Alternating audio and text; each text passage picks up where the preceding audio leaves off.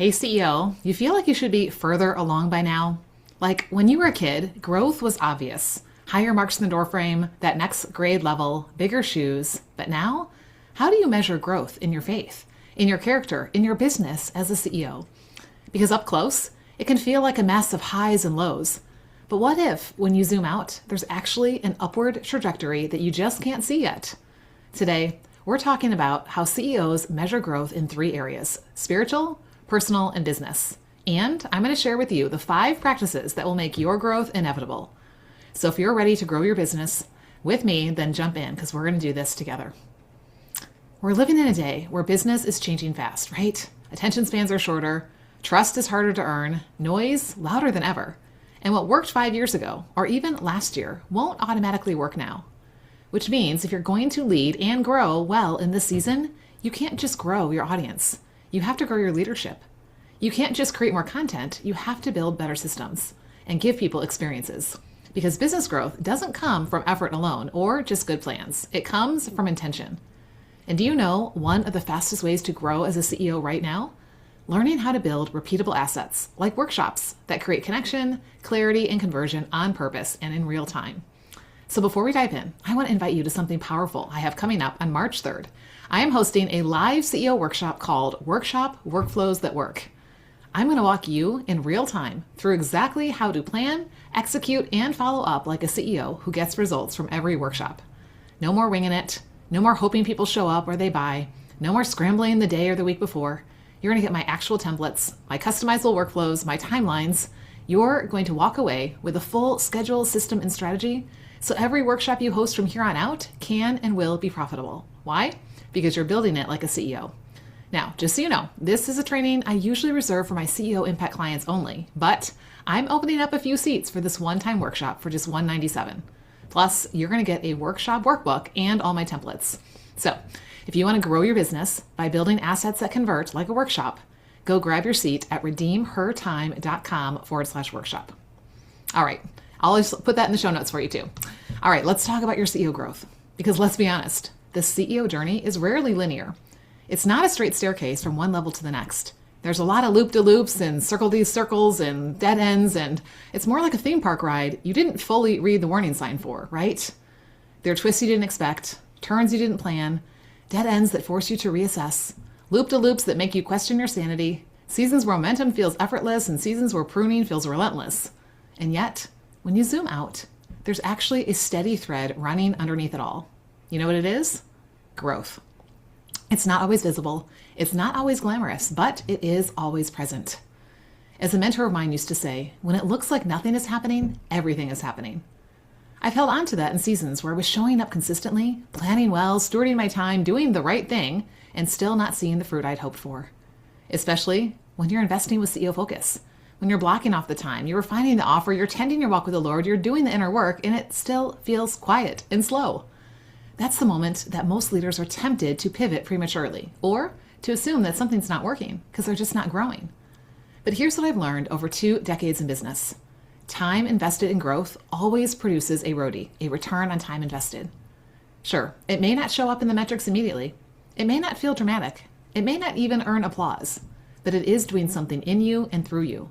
And growth compounds over time. And what feels like stillness is often that root work. And this is exactly what set me on my own deeper journey of growth, which I want to share with you. The year I turned 40, I went all in on personal development. You see, I had just started my first business in network marketing, and I was excited and motivated, ready to build something meaningful. But it didn't take long before I realized something that changed the way I saw entrepreneurship forever. And that is that entrepreneurship is personal growth with a paycheck. Because you can't hide in business.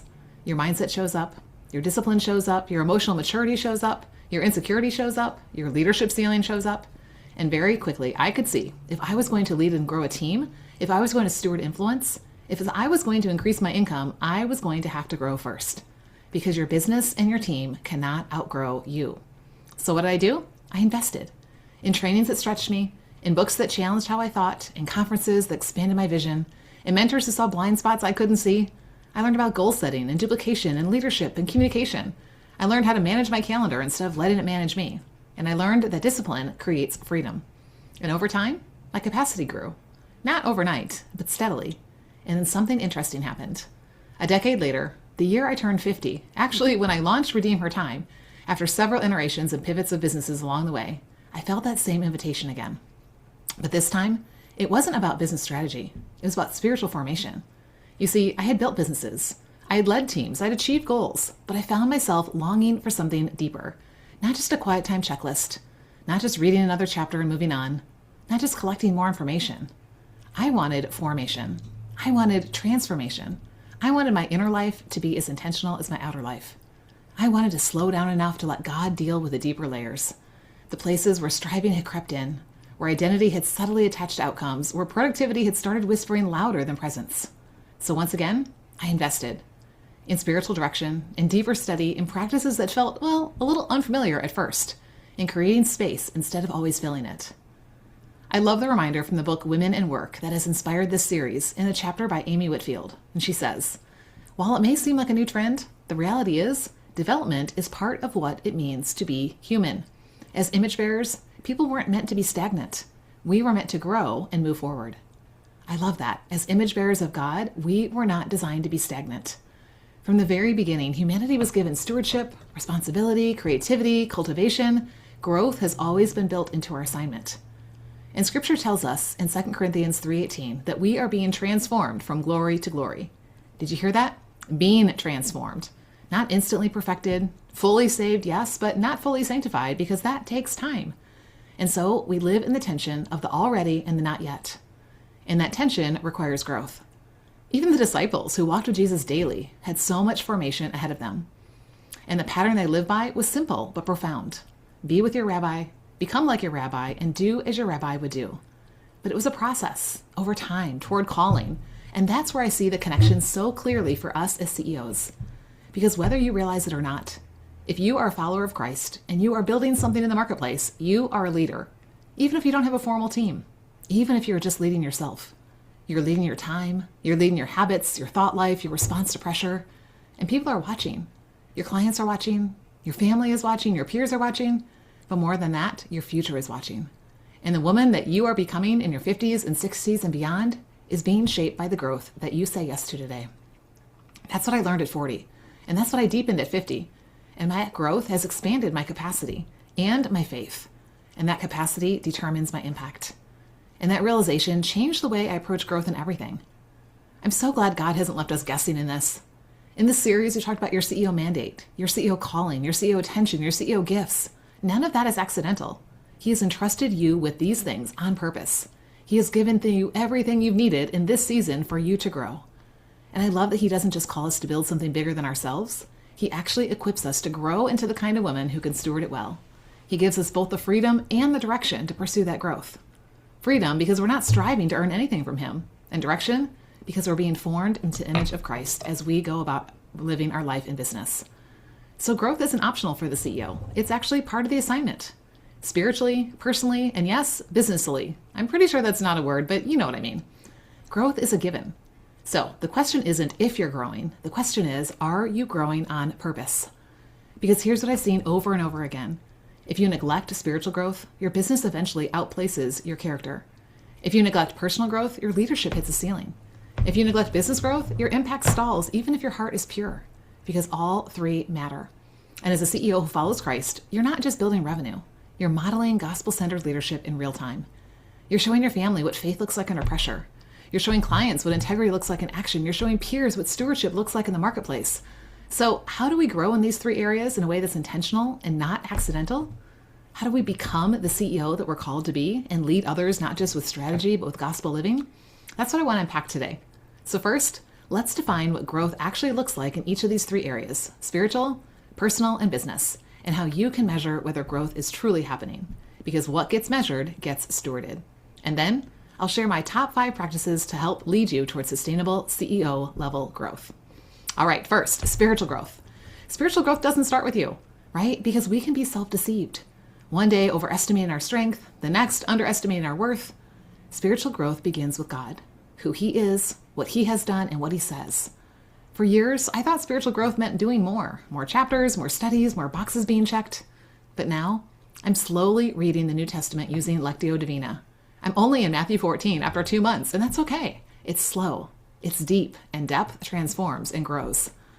So how do you measure your spiritual growth? What are the metrics? Well, it's not how many chapters you read, how many studies you complete, or how many Sundays you attend. It's an increasing desire for Him, growing fruit in your life, greater intimacy, and more Christ-likeness over time. It's not about more activity, it's about transformation. So how are you doing with your spiritual growth? Next, we have personal growth. Personal growth is about who you are becoming. Now, some things are wired in, like your temperament, your tendencies, right? But so much more is formed, like your emotional regulation, your beliefs, your character, your self-awareness. And you cannot grow who you refuse to know. So get curious. Ask trusted people what they see. Reflect on the patterns over your life. Notice the triggers and use tools if you find it helpful. So how do you measure your personal growth? What are the metrics? Well, it's not how many podcasts you consume, how many books you highlighted, how many aha moments you wrote down in that journal somewhere. It's having a greater awareness. It's having faster ownership.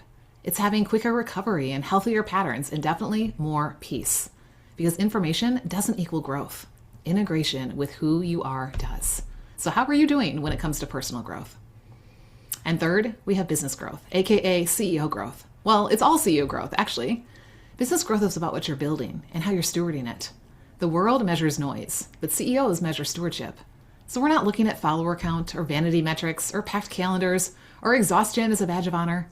We're looking for sustainable revenue growth, strengthening profit margins, increasing your RODI, having smoother systems, making strategic decisions over reactive ones, and a business that can function without you for a week. You see, it's not just about expansion, it's about alignment. And it's not just about more, it's about better. Because CEO growth isn't about doing more, it's about building better. And that will show up in your bank account. So, how are you doing with your business growth? All right, now I want to dive into a few things that you can start doing that are going to inevitably help you to keep growing. Are you ready for these? There are 5 simple words, and I hope they're going to be really easy for you to remember. Read, write, watch, ask, and listen. Okay, so let me break these down. And again, these apply to all 3 areas. Read. It's been said that leaders are readers, and for good reason. Reading opens us up to thoughts, ideas, stories beyond what we'd naturally think about. I like to have a few books going on at once from different genres. The Bible, of course, a book on spiritual growth. I'm currently reading Hearing God by Dallas Willard, a book on personal development. I'm currently reading How to Forgive What You Can't Forget by Lissa, a book on business growth. For me, it's Conviction Marketing by Kelly Roach, and even some fiction. I'm loving the Sensible Shoes series, which is basically spiritual formation disguised as a novel. You see, reading like this stretches my mind and shapes my heart. It inspires growth in ways that podcasts or social media often can't. And I love giving my CEOs who are in my programs the CEO Edge Book Club as a bonus. That's where we read faith-centered books that align with our CEO growth goals. Right now, we're reading Do the Thing by Rebecca George, and next quarter, we're going to tackle Healthy Calling. So, what will you start reading and when? My favorite times are my morning refill and evening refill. Times when I can be unplugged and fully present to the text. Even audiobooks are great if you're pressed for time, but there's something about turning actual pages that slows you down and allows the words to land deeply. All right, practice number 2 is write. Now, you don't have to write a book to grow, but thought leaders and CEOs write. Whether it's a daily examine, a gratitude journal, guided reflections, or free flow journaling, writing helps your hand connect to your head and to your heart. It slows you down and makes you present with your own thoughts. I love prayer journaling. It helps me slow down. My brain feels like a squirrel haven. Right now, I write my reflections on scripture. I wrote notes on the big and little ways I see God working. I even brainstormed stories and talks for future teaching. I write emails, podcasts, occasionally letters to friends. It doesn't have to be daily, but it does need consistency. And here's where we capture those insights before they disappear. So, where will you put pen to paper? And when? Morning pages, lunch break reflections, or bedtime journaling can all be a great start. Pick a cadence that fits your rhythm and stick to it. All right, number 3, watch. Growth also happens by watching those who are just a few steps ahead. I'm talking about mentors, leaders, or guides that you can observe. Not just their highlight reels on social media, but their real lives, their joys, their struggles, their wins, their challenges.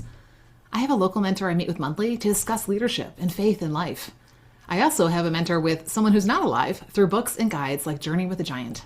I'm studying Dallas Willard's life, and I have a few friends who are studying someone else's life as well. And I get to watch how he walked with God, how he led others, how he influenced his world for an entire year. Either way, seeing their lives in action gives us models for our own. So, who can you watch closely and intentionally, whether it's in person, virtually, or even through biographies and interviews? And what aspects of their growth can you adopt into your own journey? Number 4 is ask. Growth requires curiosity. CEOs ask questions and answer them honestly. Not just surface questions, but deep questions like, why do I do what I do? What triggers me? Where am I stuck? What can I release? I come to coaching calls, mentor meetings, journaling sessions with questions ready. Questions about connection and bandwidth and priorities and pace and purpose. Often, the answers come slowly, sometimes in the shower or on a walk. But asking helps me to get below survival mode and into transformation mode. So, start asking intentional questions about your spiritual, personal, and business life. In fact, I encourage you to schedule a daily or weekly reflection time, even if it's just a few minutes, to start asking, writing, and considering the answers. And number 5 is listen. This goes well beyond hearing. Yes, you can hear a podcast, a sermon, or conversation, but truly listening requires presence, attention, and intention. When I read, pray, walk, or worship, I slow down. I unplug. I open my heart.